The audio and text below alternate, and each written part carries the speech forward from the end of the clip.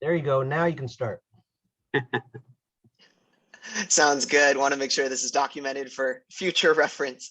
But good morning, everyone. It's an honor to speak with you all today on two topics that are near and dear to my heart, being sports and sustainability. Huge thank you to the entire San Mateo Sunrise Rotary Club, and of course my dad, Michael Wong, for inviting me to present as your guest speaker today. My name's Garrett Wong. I'm the Member Services Manager at the Green Sports Alliance, a nonprofit based here in Portland, Oregon. Really excited to dive into this conversation today that I've titled Solutions from Sports, Catalysts for Sustainable Change, as we really drive this message across our organization and our tagline of playing for the next generation. How can we look at the youth component of sports and the professional component of sports to make sure that we're leaving our communities and our planet in a better state than we left it. Next slide, please. Hold on, Garrett. There we go. Perfect. Our organization's mission is what I call simple yet complex, to leverage the cultural and market influence of sports to promote healthy practices in sustainable communities where we live, work, and play. Because I think we can all agree that sport has this incredible power that can carry throughout the community. It's being able to see the numerous championships and the drive and passion that has come from the multiple championships across the Bay Area within the Warriors and the Giants. It's seeing athletes standing up for those less heard in pop culture. It's being able to amplify this work that the Green Sports Alliance has come together across multiple teams, leagues, venues, colleges, and even corporate organizations to engage with these entities and to be able to encourage and drive this positive, sustainable change across all of their different platforms and their communities. Next slide, please. I always like starting to kick off my presentations with this quote by none other than Nelson Mandela. Sport has the power to change the world. It has the power to inspire and unite people in a way that little else does. We've seen it in so many individual athletes with the likes of Muhammad Ali, Billie Jean King, Jackie Robinson, to name a few, all representing these larger pillars of society within the sport that they play. So much so, more than just a game, but their brands, the organizations that they're affiliated with also have an incredible reach to be able to still even drive those changes within the communities that they reside in, and especially the fans and the individuals that make up that diverse and empowered community. We'll go to the next slide here. Now, this is just a quick snapshot of some of the teams that we work with across our association and our nonprofit.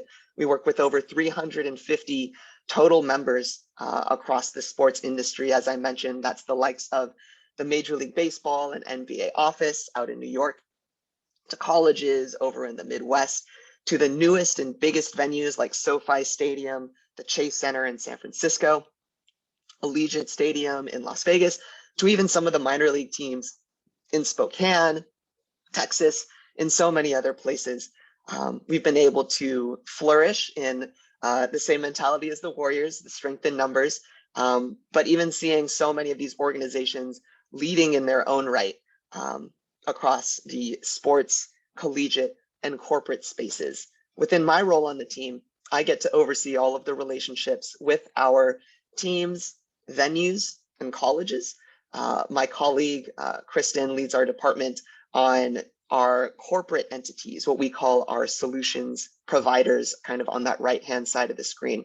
And that's from familiar organizations like Aramark, Cliff Bar, Waste Management, and Dow Chemical, all organizations looking at seeing how they can embed both their brand and of course their marketing across the sports space to have, that captivated audience and that drawn in opportunity to grow their business, but also to showcase their sustainability values within the food and beverage, concession side, the waste management hauling, and even other areas of driving their sustainability work across the space as we get into that here a little bit.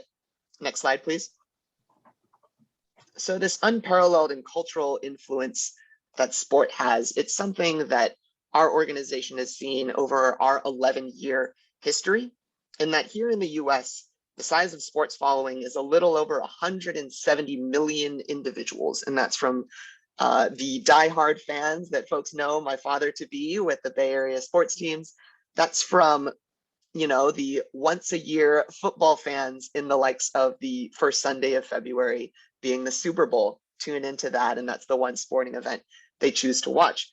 But of those 170 million fans, we've surveyed that 81% of those sports fans have expressed concern over the environment and how all of us as an entity, not just within sports, but within our cities, within our communities, how we can play a part in being a positive change in those solution sets. So when the Green Sports Alliance started, a little bit of history here, back in 2009, this was something that so many of the teams and organizations really didn't have a roadmap for on the environmental sustainability footprint. And so it was a conversation from the likes of the Seattle Seahawks, Portland Trail Blazers, Philadelphia Eagles, and a few others that came together and just had an open and honest conversation with each other on, hey, what are you guys doing with some of your recycling? We're having some problems with educating fans. What have you seen that works well? How do you guys manage your energy, your water, all of your other utilities within this very dynamic building that in any given instance will have maybe 50 or 100 staff members inside the building in the middle of the week? And then within a few hours, there's 30, 35,000, even 75,000 individuals walking through your space, utilizing it in different ways, and managing that with the city, with streets and transportation, and with the general staff that you have in the building. It's a lot to manage. And so how can we look at this in a sustainable manner and make sure that we can have a positive environmental footprint instead of a negative one?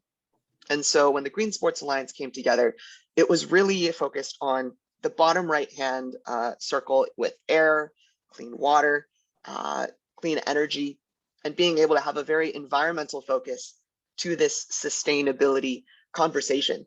It wasn't until very recently, I think, that it started to gain traction in that we needed to look at things on the social sustainability side. I'm talking health and wellness. I'm talking diversity, equity, inclusion across business, social justice, both within the organization and outside the walls of the venue. All of those pieces started to play into the organization's mindsets as we started to move forward through this pandemic and so many other pieces that have taken place over the past year and a half. And within this nexus of health and wellness, sports and entertainment, and environmental sustainability, that's where the Green Sports Alliance as a nonprofit came together to be this conduit for education, best practices, case studies, and opportunities for these sports teams, leagues, venues, and colleges. Next slide, please.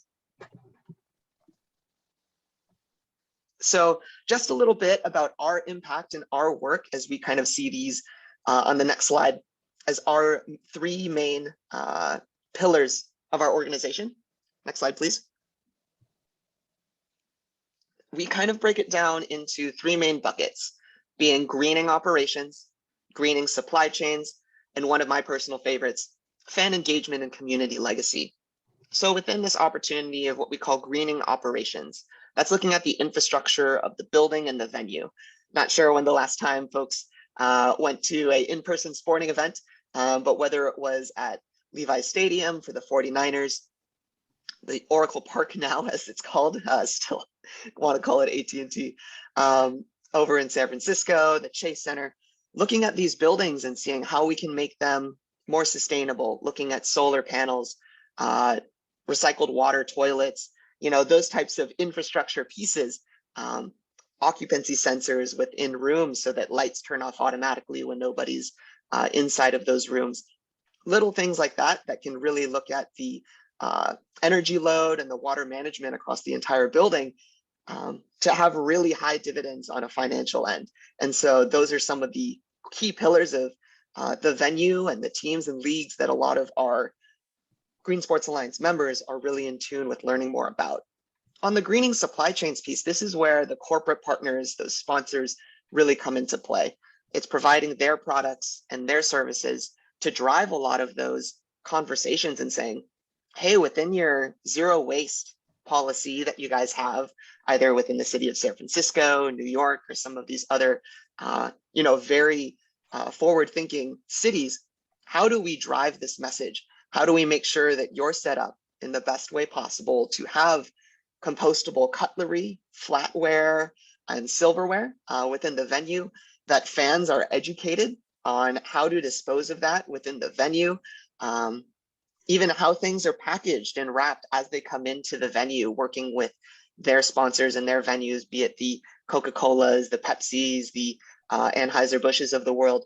All of those are conversations that we have with the concessionaires at the venues, and even with the corporate partners that they have at their venues, both regionally and nationally, to make sure that we can have a dynamic conversation about how we can really green their supply chains in the early stages before it even gets into the hands of the fans. But for me, it really is all about fan engagement and community legacy, because as much as these sports teams and organizations can drive their environmental sustainability message across their building and across their team, really the purpose for all of this is to make sure that folks can take these mentalities home with them and, be able to share that across their families, their communities, and being able to empower others to take a leadership charge into their own hands. And so that's from the likes of organizations being able to educate fans about best practices on energy and water management within the venue. How can they do similar practices in their own homes? How can they look at community legacy, kind of that upbringing and empowerment of tree planting, court revitalization? Those are some of the major pieces that a lot of our teams are looking at now as they close out the end of their seasons with Major League Baseball and MLS. So much of that, I think, is to the credit of the community legacy programs and foundations within the teams. And we're making sure that we can embed all of those conversations into the sustainability story within each of the teams. Next slide, please. Conceptually, within these operations, supply chains, community legacy pillars of our organization, really it comes down to these three major buckets of what we provide as education materials for our members.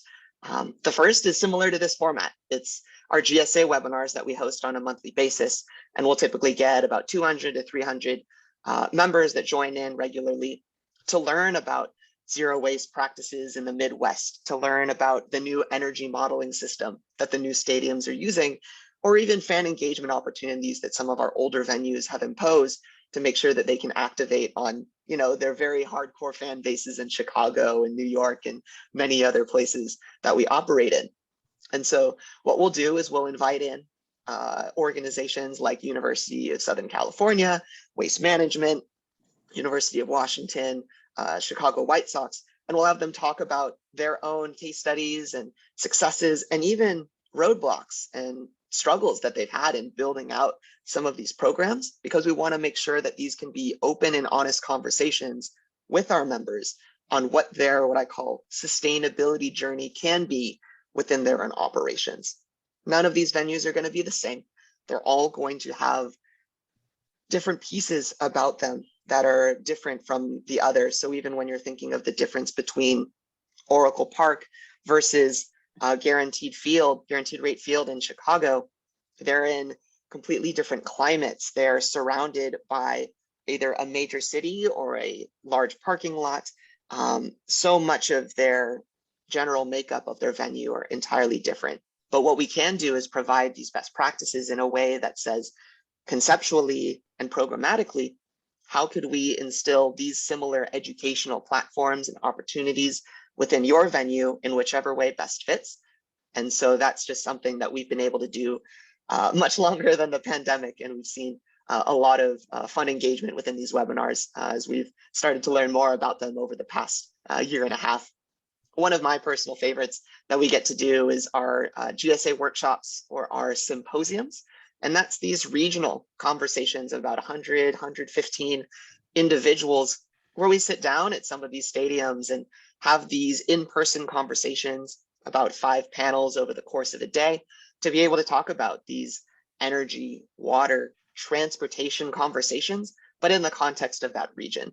Most recently, I was able to host and attend our event that we had in Kansas City, being able to be at Arrowhead Stadium and showcase to the community what individuals are doing on a recycling management and transportation, pulling in local nonprofits and other organizations that are partnering with teams over the past few years, and how they can also partner with other local teams and colleges within that region.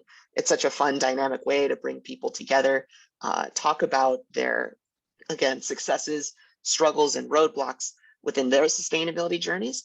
And then for that in-person engagement to drive, tabling sponsors, networking, and able to cross off a baseball stadium on my checklist over at Kauffman Stadium, to be able to enjoy a sporting event at the end of it when you have a room full of sports enthusiasts. It's always nice to kind of end it on some type of a social Still on my event. list.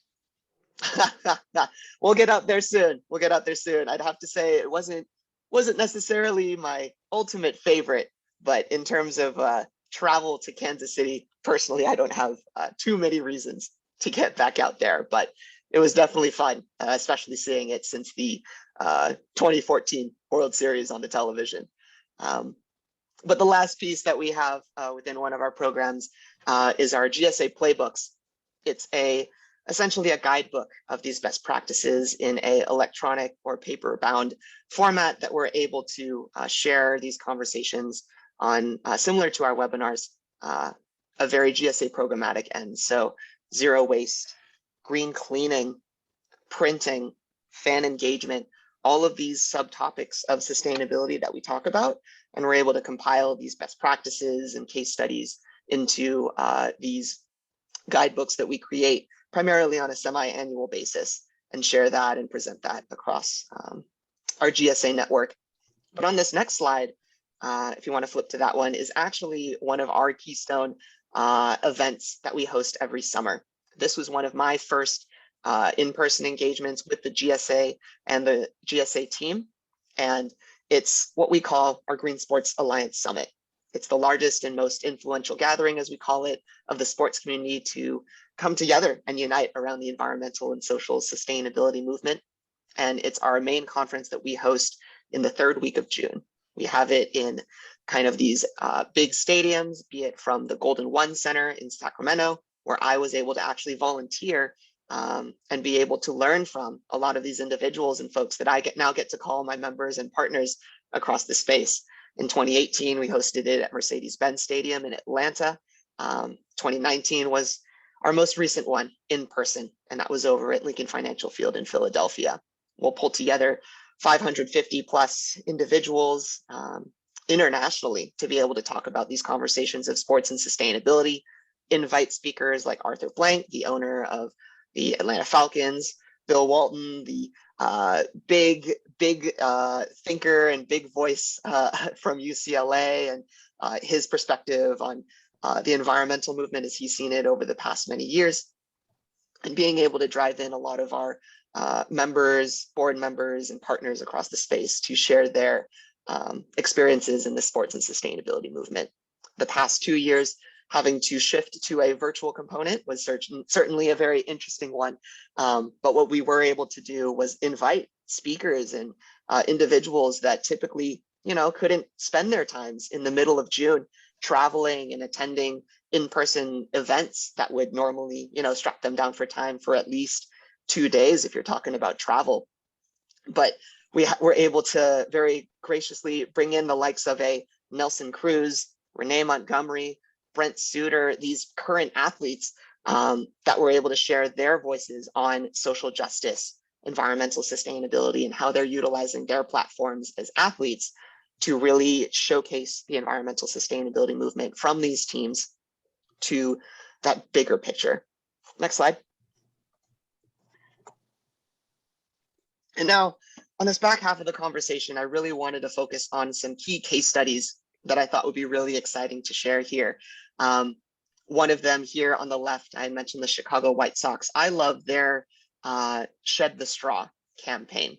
It is something that they rolled out a couple of years ago in partnership with the Shed Aquarium in Chicago. They were at the aquarium eliminating plastic straws, eliminating that from their concessions and from their food courts, and educating their patrons that were coming in about the importance of cutting back on plastic consumption, leading to plastic waste. And the White Sox really took that into their own venue and said, we also want to join this Shed the Straw campaign. We're going to take out plastic straws entirely from our concessions. We can offer paper or metal straws by request. And being able to educate their fans on the importance of cutting back on their waste, how the White Sox and the team were doing the same. That kind of fan engagement and community legacy is certainly one that we're seeing now rolled out in more venues and more spaces. And on that same waste management side, I was actually able to attend an event recently at a new venue, pictured here on the right at Climate Pledge Arena. Not sure if folks have heard about this just yet, but this is a new arena for the newly expanded National Hockey League team, Seattle Kraken. And right next to the Space Needle, previously Key Arena, they renovated and built out an entirely new arena called Climate Pledge Arena.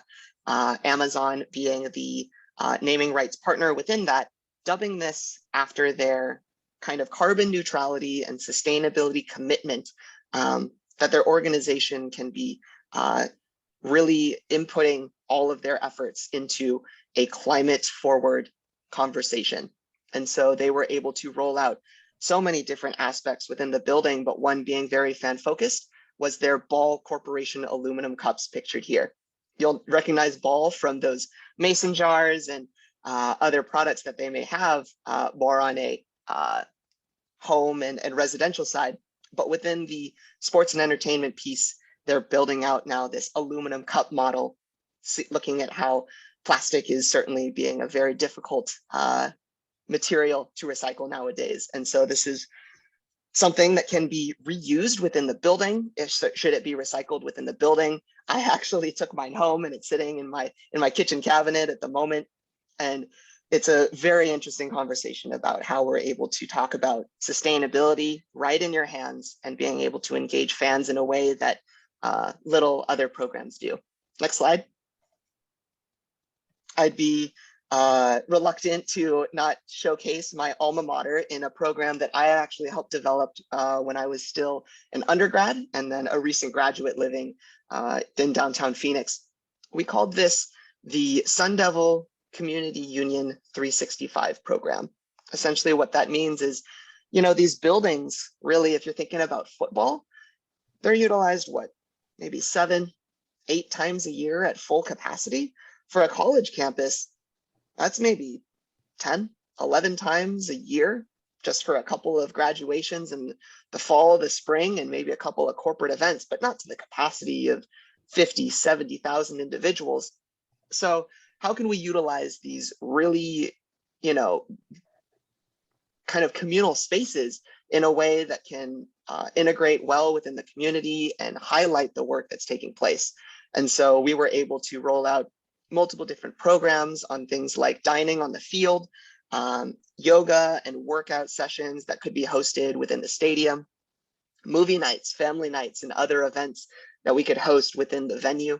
These are things that we're now trying to model out on a 365-day model so that the stadium can be open and accessible for the community, that folks can do tours, roam the spaces, and be able to interact with this major pillar of the city and the campus at large. And so we're really excited for this now to be a model at so many other venues, whether it's just within their concerts and their other tours and pieces that they're doing outside of their regular season, but also being able to host some of these smaller, more community centered events within these major pillars of their community.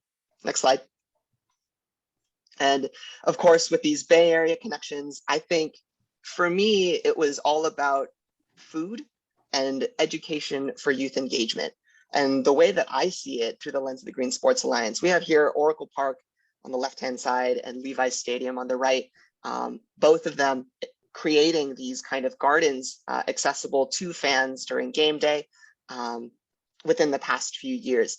And what I think is really cool about this is that within this story of Levi's Stadium, all of those plants and vegetation are able to draw in the rainwater capture that we get within the Bay Area, being able to use that water for the restrooms, for watering the grounds and the surrounding kind of vegetation and the parking lots, and then being able to use some of that vegetation and some of those produce within the concessions that they have at the stadium. Similarly, with the San Francisco Giants, that vegetation is grown there within that center field kind of plaza area. It's able to be used within the salads, some of the menu items within Bon Appetit's concessionaire products. And then what I think is really cool is being able to invite kind of this, again, this mentality of playing for the next generation, the youth component of inviting elementary school students, Boys and Girls Club groups into talking about healthy eating, sports leadership, having previous Giants members like Hunter Pence and others to be able to talk about, why they, eat in a healthy way and how kids can start on that trajectory at an early age. All of those pieces, personally for me, are so great for our hometown teams to be able to drive in that sustainability message. But that's what we're talking about here, is that connection that we have to our sports teams, seeing our teams being positive stewards across the community, and through the lens of environmental and social sustainability, making an impact within their community in a positive way. And so as we go to the next slide here, that's kind of all that I had here within my presentation. Would love to pass it to the rest of the Rotarian team to see if there are any questions or comments that you all had. And again, thanks for having me today. Garrett, thank you very much. That was a nice presentation. How are you funded? Absolutely. So we're a nonprofit trade association. We're a membership-bound organization. And so all of these sports teams, the San Francisco Giants, the Warriors, University of Oregon, all of these organizations, they pay us an annual membership fee to access all of these playbooks, webinars, events, and such. And then on top of that, all of these organizations will pay another kind of additional project fee, should it be for things like the Super Bowl, the ESPYs, the college football championships. Those are events that we also do in person and drive a lot of their sustainability work on the ground wherever they host their major events. So those are kind of the main ways that we're funded, primarily also through sponsorship from these corporate organizations like the eco products and the waste management ball corporations of the world that want to embed their products and services into the venues and the teams. And so those are the major ways that our organization is funded. Good, Garrett. Now I know exactly what you do. It's only taken what, 3 years of, so there's the teams, and then you work with them, and it's still hard to explain what you actually do because there's so much to it, right? There's a lot from organizing the events to, but the message is basically the same. It's a simple message, but how you're utilizing sports to do it is sort of a unique way. Our mission, like I said, is simple yet complex. And so when we, this last year and a half, we got put on pause because of the environmental sustainability pillar not being the forefront for everybody. It was all about health and wellness and about the social justice conversation. What we did is we pivoted a lot of that work to, in that 365-day model that ASU had pulled together, we opened up stadiums and arenas to be voting centers, to be COVID vaccination centers, and being able to, again, be positive stewards for the community, not necessarily in an environmental sustainability focus, but certainly in a communal and social sustainability focus within this past year. So that was really exciting for us to showcase the leadership of the teams and driving that message throughout the community.